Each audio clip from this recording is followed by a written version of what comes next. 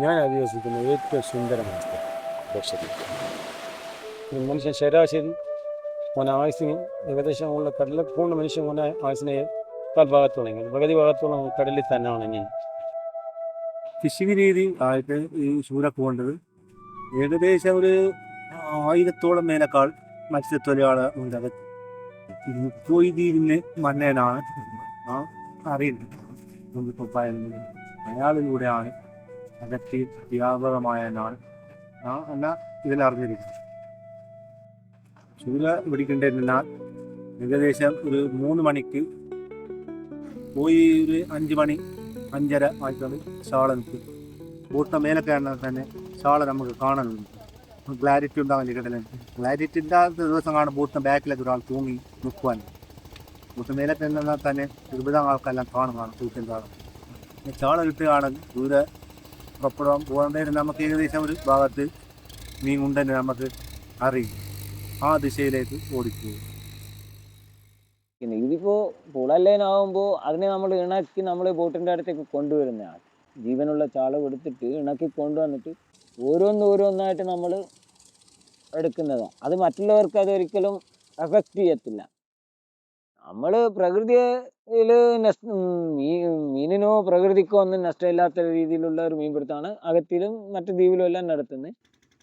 ചൂര മാത്രം ചില സമയത്ത് കുറയുണ്ട്, ചില സമയത്ത് കൂടുണ്ട്. പല ആൾക്കാർക്ക് ഭയങ്കര ശ്രദ്ധ ഉണ്ട്. പണ്ടത്തെ ആൾക്കാർക്ക് ശ്രദ്ധ പോകും. നേരത്തുള്ള കാക്കമാർ ഉപയോഗിച്ച വരെയുണ്ട് മുട്ട ഫോണിൻ്റെ കണ്ടുള്ള വരെയാണ്. ഞാൻ കണ്ണി ശേഷം തുറന്ന കണ്ണിയാണ് ഇന്ന് ഉപയോഗിക്കുന്ന. എല്ലാം കണ്ണി ഇടഞ്ഞ് തുറന്ന് നെറ്റാണ് ഉപയോഗിക്കുന്നത്. നെറ്റാണ് മൊത്തം മെയിൻ്റെ ചെയ്യുന്നത്. അങ്ങനെ ചെറിയ കുഞ്ഞുങ്ങൾ വരെ ഞങ്ങൾ കയറി തന്നെയാണ് ഉപയോഗിക്കുന്നത്. ചാള മുട്ട വിടുന്ന സമയം കഴിഞ്ഞ ശേഷം എടുക്കലാണ് കറക്റ്റ്. അതാ ശരി. അത് കഴിഞ്ഞിട്ട് മിന്നെടുത്ത് കഴിഞ്ഞാൽ ചോള നെക്സ്റ്റ് ടൈമിലൊക്കെ ചോള ഉണ്ടാകും. ഇന്നോളാണ് നമ്മ കാര്യമായിട്ട് തന്നെയാണ് ബാധിക്കുന്നത്. അതല്ലാതെ ആവശ്യത്തിലേറെ ഏറ്റുന്നത് കൊണ്ട് കൂടുതലും ചത്താ പോകുന്നത്. ഇതൊക്കെ നാളെ പിടിക്കേണ്ട ചാളയെ നമ്മൾ ഒരു ദിവസം കൊണ്ട് തന്നെ ഇല്ലാണ്ടാക്കിക്കൊണ്ടിരിക്കുകയാണ്. രീതി മാറിപ്പോയി. ലൈറ്റ് കത്തിച്ചാൽ ചാള വെട്ടത്തൊക്കെ വരുന്നുള്ള രീതി ആയിക്കുന്നുണ്ട്. രാവ് പോയി ചാള എടുക്കുന്നു. രണ്ട് സമയത്ത് ചാള എടുക്കുന്നു. രാവിലെ ഇടുവാങ്ങുന്ന മുട്ടേനെ അവിടെയാണ് നമ്മ ബോട്ടിൻ്റെ ഉള്ളിലുള്ള ചാള ഇടുന്ന പെട്ടികളാണ് അവിടെ. ചാള ലൈറ്റ് അടിച്ച് ചാള പിടിക്കുന്നുണ്ട്. എൻ്റെ ഒരു നിഗമനത്തിൽ അത് വളരെ മോശം തന്നെയാണ്. ഞാൻ പോയിട്ടുണ്ട്, ഇല്ലെന്ന് ഞാൻ ഒരിക്കലും പറയുന്നില്ല. അത് എൻ്റെ കൂടെ പോകുന്ന പിള്ളേരുടെ ഒരു പ്രഷറിൻ്റെ പുറത്ത്. അപ്പം നമ്മൾ വെളുത്തിട്ട് ചാള പിടിച്ച് പോയാൽ ചിലപ്പോൾ നമുക്കൊരു 200 കിട്ടിക്കാണത്തില്ല. അപ്പം നമ്മുടെ ബോട്ടിലെ പിള്ളേർ പ്രഷർ ചെയ്യും, നമുക്ക് രാത്രി ചാളക്ക് പോകണം. നമ്മൾ അധ്വാനിക്കുന്നത് കൂടുതൽ കിട്ടാൻ വേണ്ട. കൂടുതൽ കിട്ടിയെങ്കിൽ നമുക്ക് കൂടുതൽ പൈസ കിട്ടും. അപ്പം നമ്മുടെ പിള്ളേർക്ക് അങ്ങനെ പോകാനൊരു തോന്നും. അങ്ങനെ നമ്മളും പോവും. ഇതാണ് ഇവിടെ ഈ രാത്രിയിലത്തെ ഈ ചാള പിടുത്തം ശരിക്കും ഇങ്ങനെ ഉണ്ടായത്. മുന്നേ തന്നെ നമ്മൾ ഒരു ചോളക്ക് പോയാൽ സുബൈക്ക് നേരത്തെ ചോളക്ക് പോയാൽ ഒരു 4 മണിക്ക് പോയാൽ ഒരു 8 മണി 9 മണി 10 മണിയെല്ലാം ചോള കിട്ടണം, പുറപ്പെടണം. ഇപ്പം അങ്ങനെയല്ല. ഇപ്പം ജോബ് പോയി വിളാസം ചെത്തിച്ച് കിട്ടാൻ ഉറങ്ങുന്നത്. ഉറങ്ങിക്കൊണ്ട് 4 മണിക്ക് വരുന്ന ചോള കോരിനെ തിരിച്ച് പോകേണ്ടത്. നമുക്ക് ബുദ്ധിമുട്ടില്ല. വളഞ്ഞ് നമ്മൾ ശരീരം ക്ഷീണിപ്പാങ്ങില്ല. അങ്ങനത്തെ ഒരു ബുദ്ധിമുട്ടുണ്ടാവും ഇപ്പോഴത്തെ കാലം. പക്ഷേ ഇപ്പോഴത്തെ കാലത്ത് ഈ വീരാസ് ബോട്ടും തന്നെ കൊണ്ട് രാച്ചോള എടുക്കുന്ന ബോട്ട് ചെറിയ ബോട്ടുകാരുടെ പണിയെല്ലാം മുമ്പോട്ടും തുടങ്ങിപ്പാണ്. നാട്ടിലുള്ള ഏറ്റവും കൂടുതൽ ചൂര പിടിക്കുന്നത് കാണുന്നത് വീരാസ് ബോട്ടാണ്. പക്ഷേ സാധാരണ ചെറിയ ബോട്ടൊന്നും ചൂര പിടുത്തം ഇല്ല. ഇപ്പം ഒന്ന് വിരലുണ്ടാവുന്ന 1-2 ബോട്ട് മാത്രം ഇപ്പം ചാള എടുക്കുന്നത്. അതൊരു ബുദ്ധിമുട്ടുണ്ട് ഇപ്പോഴത്തെ കാലത്ത്. ചാള ഇല്ലെങ്കിൽ പൂളല്ലേനില്ല. ചാള കിട്ടിയെങ്കിലേ അന്നത്തെ ദിവസത്തെ പരിപാടി നമുക്ക് മുമ്പോട്ട് പോകും. ഇന്നലെയും ഞങ്ങൾ ചാള കിട്ടാതെയാ വന്നത്. ചൂര പിടിച്ച് ചൂര നമ്മ ബാഗിൽ കുറേ സമയത്ത് ഓടി വരും. ഇതിനാ മുകളിലൊക്കെ നമ്മ ഇനി ബോട്ടിനെ മേടി തന്നെ രാത്രി മാട് കളഞ്ഞ കടലക്കറിയുന്നു. പറ്റുന്ന സമയത്ത് തന്നെ ചൂര ഒന്ന് കൊണ്ടിട്ട് കടലൊക്കെ വീണാൽ തന്നെ അമ്മ നല്ലാത്ത ആളൊക്കെ നമ്മൾ പറയുന്നതാണ്. കാരണം ഒരു ചൂര പോലും കടലിനുള്ള പോകാൻ പാടില്ല. അവളത് ചൂര ഒഞ്ഞുകൊണ്ടേന് ഇവര് കാരണം നമുക്ക് ഉദ്ദേശിക്കണം. ഒരു മാട് മുറിച്ചിടുന്നെങ്കിൽ എത്ര ബ്ലഡ് പോകേണ്ടി കണക്കാക്കണം. നമ്മ സമയം നമ്മ ലാഭിക്കാൻ വേണ്ടി നമ്മ മനസ്സതാമത്തെ നശിപ്പിക്കുക.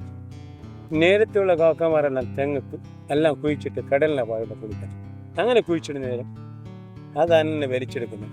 തെങ്ങിന് ഇലക്ക് നോക്കിയാൽ നല്ല ഫലപുഷ്ടി നിറഞ്ഞ തെങ്ങ് ഒരു മട്ടയ്ക്ക് ഇറങ്ങുന്ന നല്ല മട്ട തേങ്ങ. ഈ കടൽ സമ്പത്തും കേരള സമ്പത്തും കൂടി തന്നെ ഫലപുഷ്ടിയുടെ വളരുന്നു. ഏറ്റവും നല്ല രീതിയിൽ പുളയെല്ലാം തിന്നു. പിന്നെ വില നെറ്റ് ഫിഷിംഗ് ആണ് അവ ഉപയോഗിക്കുന്നത്. അത് ദ്വീപിൽ ഇട്ട് കഴിഞ്ഞാൽ ദ്വീപിലെ മീൻ മൊത്തം പോയിപ്പോകും. പിന്നെ അത് ഒരു കൊല്ലത്തൊക്കെ പിന്നെ ഉണ്ടാകാം. കേരളത്തിലെ എൻ്റെ കൂട്ടുകാരെല്ലാം ഏകദേശം ബോട്ടെല്ലാം വലിയ 1000-2000 മീറ്റർ വില ആണ്. അതുകൊണ്ട് ആ ഏരിയയിലൊന്നും ഇപ്പം മീൻ ലഭ്യത കുറവാണ് കണ്ടത്. ശരിക്കും പറഞ്ഞാൽ ഒലുകിൻ്റെ വിലക്ക് 100 മീൻ പറ്റാം. അത് നമുക്ക് 10 അല്ലെങ്കിൽ 15-20 മീൻ കിട്ടും. ബാക്കിയെല്ലാം ജീവൻ പോയതിന് ശേഷം കംപ്ലീറ്റ് താങ്ങി കിടക്കുന്നു. ഇപ്പം ഞാൻ ലൈവ് ഞാൻ കണ്ണുകൊണ്ട് കണ്ടേ അത് നമുക്ക് പിടിയുണ്ട്. വന്ന് പിന്നെ അത് കൊണ്ടുവന്ന് വിളിച്ച് അങ്ങനെ മാട് പൂക്കി എല്ലാവരും കൂടി ലക്ഷമാണ് പണിയെടുപ്പാൻ. എന്നിട്ട് 2 ആൾ അല്ലെങ്കിൽ 1 ആൾ ഈ പൂപ്പങ്ങാട്ട് ഉണ്ടാകും. അയാൾ തന്നെയെല്ലാം ബീത്ത് റെഡിയാക്കുന്നു. കൊണ്ടുവന്ന് മാട് മുറിച്ച് കുളന്ന് അങ്ങനെ തണ്ണി കിട്ടും. പിറ്റേന്ന് സുബൈക്കാണ് ഞാൻ പൂവ കൊടുക്കാൻ. അങ്ങനെ എപ്പം തന്നെ ചിലപ്പോൾ ഒരു 2-3 മണിക്കൂർ കഴിഞ്ഞാൽ വെയിലത്തൊക്കെ എടുത്ത് വൈകി പോയി പറപ്പിനെ വെച്ചിട്ട് വൈറ്റ് വെച്ച് പിന്നെ ദിവസം തന്നെ തുറന്നും മൂടി ചെയ്ത പണിയാണ്. മെയിൻ ഫിഷിങ് മാസമായിരുന്നു. അപ്പോൾ അത് അതിനൊരു മാർക്കറ്റോ കാര്യങ്ങളോ ഒന്നും കിട്ടാത്തത് കൊണ്ട് വളരെ പ്രശ്നത്തിലാണ് മത്സ്യബന്ധന മേഖല. അപ്പോൾ അതിന് ഒരു മാർക്കറ്റ് കണ്ടെത്താനുള്ള വഴികൾ ശ്രമിച്ചതില്ലാതെ ഇനിയും ഞങ്ങൾക്ക് കാണാൻ പറ്റില്ല. മാസത്തിലെ ഡിമാൻഡ് കുറഞ്ഞതുകൊണ്ട് ഈ ഭയങ്കര ബുദ്ധിമുട്ടാണ്. 450 റുപ്യ നാം പണ്ടുള്ള സമയത്തുള്ള ഇത് ഇപ്പം അത് 450 റുപ്യ ഇപ്പം 450 റുപ്യ ഉണ്ടായിട്ട് നമുക്ക് ഭയങ്കര ബുദ്ധിമുട്ടാണ്. ഡീസൽ വില അന്നത്തെ വിലയിനെക്കാട്ടിയും ഒരുപാട് ഡബിൾ വില ആക്കുന്നുണ്ട്. അന്ന് 10,000 റുപ്യ ഡീസൽ കിട്ടിയാൽ നമുക്ക് 20,000 റുപ്യ ഡീസൽ കിട്ടും. 22,000 റുപ്യ നമുക്ക് ഡീസൽ കിട്ടാം. വേറെ പിന്നെ ഇന്ധനം കറക്റ്റായിട്ട് നമുക്ക് ഇവിടെ കിട്ടുന്നില്ല. പെട്രോൾ പമ്പില്ല, ഡീസൽ ഇതില്ല, ഒന്നും അവൈലബിൾ ഇല്ല. ഇനിയിപ്പോൾ അതൊക്കെ വേണമെങ്കിൽ മറ്റ് ദ്വീപിൽ നിന്ന് വൻകരയിൽ നിന്ന് കൊണ്ടുവന്നിട്ടാണ് ഉപയോഗിക്കുന്നത്.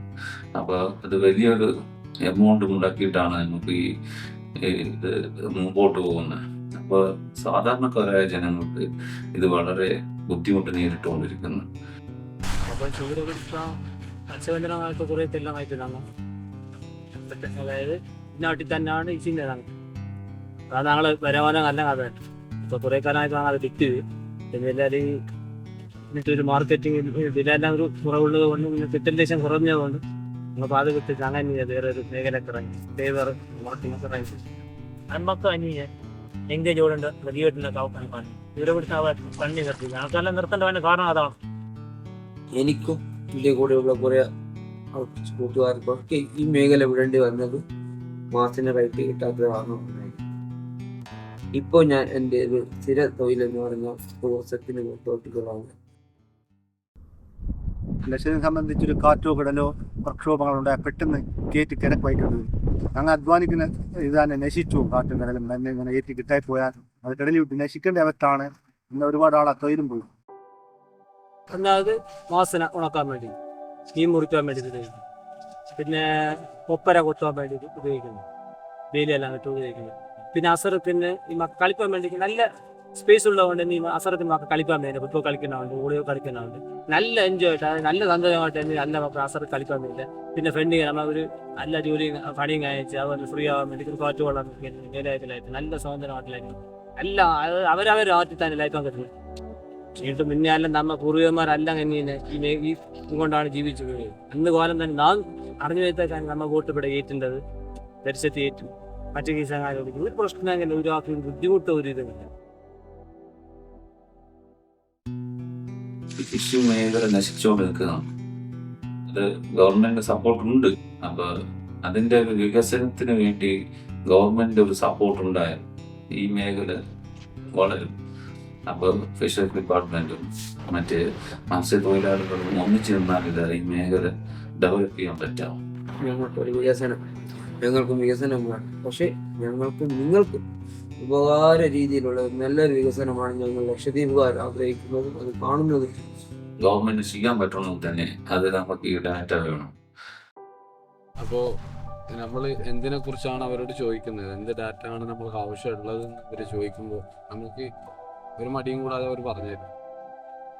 ലൈവ് ബൈറ്റിനെ കുറിച്ചായാലും വേറെ എന്തെങ്കിലും ബോട്ടിനെ കുറിച്ചുള്ള ഡാറ്റാസ് ആയാലും പിന്നെ എന്തിൻ്റെ ഫിഷിങ്ങിനെ കുറിച്ചായാലും എല്ലാവരും നമുക്ക് ഒരു മടിയും കൂടാതെ പറഞ്ഞു തരും.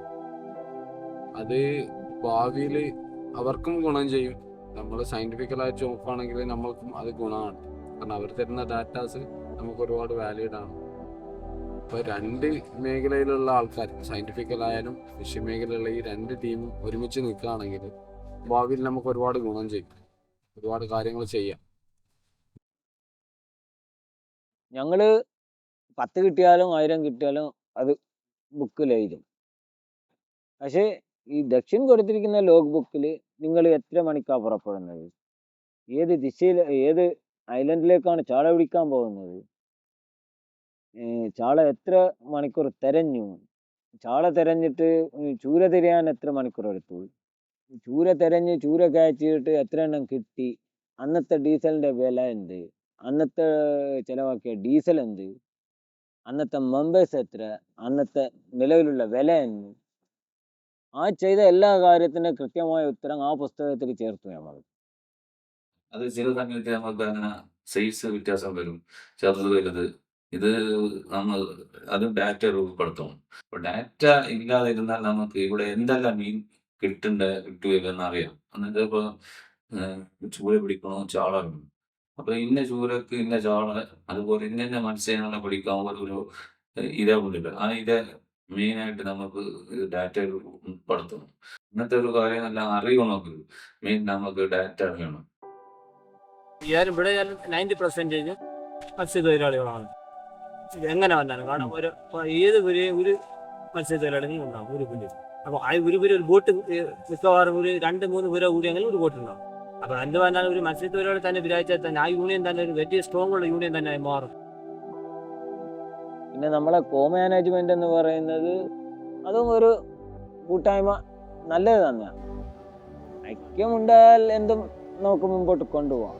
കൂട്ടായി അത് കടയിലായാലും കരയിലായാലും എന്തിനും കൂട്ടായിട്ട് ഒരു പ്രവൃത്തി ചെയ്യുമ്പോൾ അത് എല്ലാവർക്കും നല്ലത് തന്നെയല്ലേ. ഒരു നാട് തന്നെ നന്നാവുകയല്ലേ, ഒരു സമൂഹം നന്നാവുകയല്ലേ. ലക്ഷദ്വീപിൽ അകത്തിയെന്നല്ല, ഏകദേശമുള്ള എല്ലാ ദ്വീപും എല്ലാം മറന്ന് മതവും നിറവും കൊടിയും രാഷ്ട്രീയവും എല്ലാം മറന്നിട്ട് ഒന്നിച്ച് എപ്പോഴും കൈകോർത്ത് നിൽക്കുന്നതാണ്. ആ ഒരു ഒരുമ ഫിഷർമെൻ യൂണിയനിലും ഉണ്ടെങ്കിൽ എന്നും എല്ലാ ദ്വീപിലും എല്ലാ പ്രശ്നങ്ങൾക്കും പരിഹാരം കണ്ടുകൊണ്ട് അങ്ങനെ ആയാൽ ഈ നാടിനും ഇവിടുത്തെ ഫിഷർമെന്മാർക്കും എല്ലാവർക്കും ഒരുപാട് സഹായം ഉണ്ടാവുമെന്നുള്ള ഒരു വിശ്വാസമുണ്ട് എനിക്ക്. നമുക്ക് കടൽ കൊണ്ട് തന്നെയാണ് ഈ മത്സ്യത്തിന് ജീവിക്കാൻ ഏറ്റവും കൂടുതൽ സൗകര്യം. അത് നിലനിർത്തിക്കൊണ്ട് പോകലാണ് നല്ലത്. എല്ലാവർക്കും പണി ഇവിടെ ഇല്ല, ജോലി ഉണ്ടാകും. മീനില്ലാതെ ഒരു ദ്വീപുകാരനെ അപേക്ഷിച്ചിട്ട് അവനക്കൊരു ഫുഡ് പോലും കഴിക്കാൻ പറ്റാത്ത ഒരു സാഹചര്യമാണ്. കടൽ മേഖല നമ്മളെ സംബന്ധിച്ച് കടൽ നമ്മൾ കാണുന്ന കടൽ മേഖല നമുക്ക് ആവശ്യത്തിലുള്ള ഇടത്തുകൊണ്ട് യൂസ് ചെയ്യുന്നെങ്കിൽ അത് ഫിറ്റെന്നും പോയാൽ എനിക്ക്